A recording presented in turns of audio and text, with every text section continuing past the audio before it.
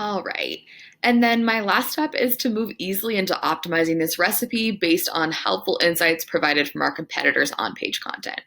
So, what I would do from here is go ahead and create a brief. A brief is simply one piece of content that I want to optimize or create from scratch if you're starting from there. This brief will be dedicated to the vegan ice cream URL.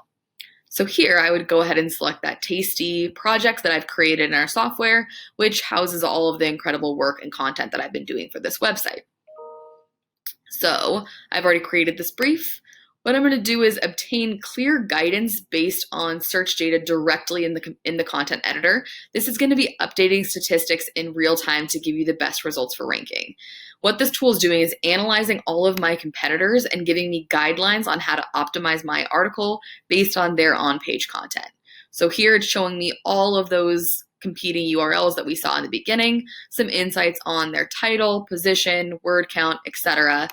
And then what's really helpful in this tool is what it's doing is scoring that content. So I've went ahead and grabbed all of the content directly from this vegan ice cream page on Tasty. I've plugged it into the content editor to go ahead and score. And then you'll see everything here on the left-hand and right-hand side, that what it's doing is analyzing my content based on, am I hitting the correct word count according to some of my competitors? Is my sentence structure and am I repetitive? Are those on point? How is my keyword coverage? So it's looking at all of those keywords that are used on other competing pages and saying how frequently I should use some of these keywords. It'll also give me some insight on how to use some of those phrases, a little bit of information on exactly what that is, and then it'll rank those into tiers saying these are the keywords that you need to have most frequently, some of the recommended keywords, and then a little bit of additional insight on keywords that could be helpful. So this tool is really, really helpful to kind of score my content as I'm writing. It'll update all of this and update our overall content score, which we want to be somewhere around 75% to start seeing that benefit in terms of results.